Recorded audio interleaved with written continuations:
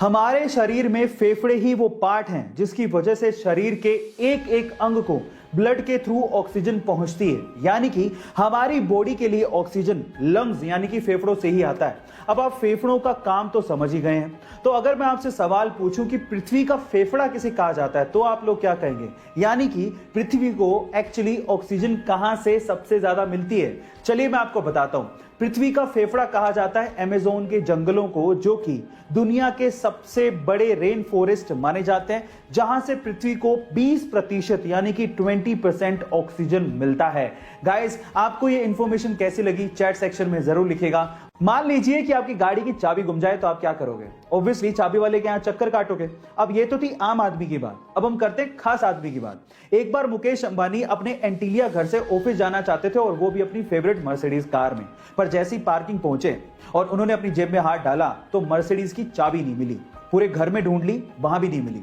उसके बाद उनके मैनेजर ने स्पेशली मर्सिडीज के ऑफिस में फोन किया कि भैया चाबी नहीं मिल रही है।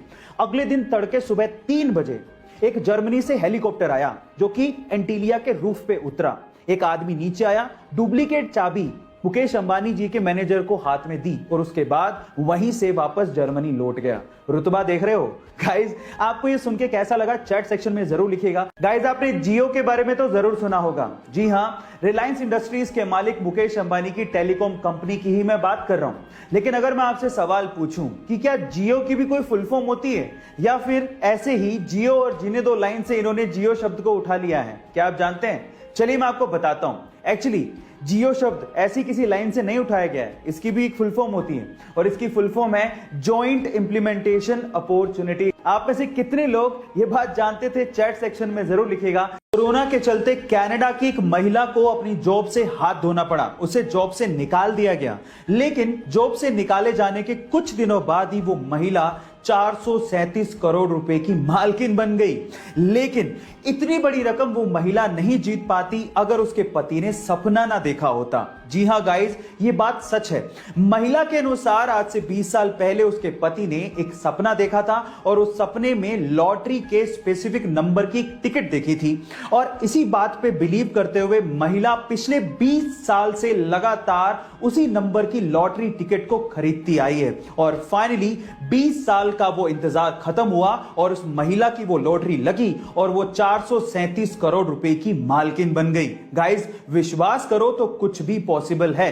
इतिहास में पहली बार 19 वर्षीय हरिद्वार की सृष्टि गोस्वामी को उत्तराखंड का एक दिन का सीएम बनाया गया। तारीख थी 24 जनवरी 2021। पर सवाल यह है कि 24 जनवरी की तारीख को ही क्यों चुना गया?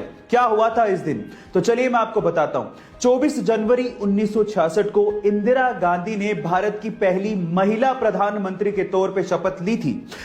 इस दिन को यादगार बनाने के लिए 2009 में महिला एवं बाल विकास मंत्रालय ने इसे बालिका दिवस घोषित कर दिया ताकि भविष्य में भारत को इंदिरा गांधी जैसी और भी कद्दावर नेता मिल सके जो देश को चला सके। गाइस, है ना अमेजिंग फैक्ट? भाई, कोरोना वायरस का खौफ है, ये मानना पड़ेगा, क्योंकि आज कोरोना वायरस के चक्कर में दुनिया का लगभग हर इंसान मास्क पहन के ही घर से बाहर निकल रहा है।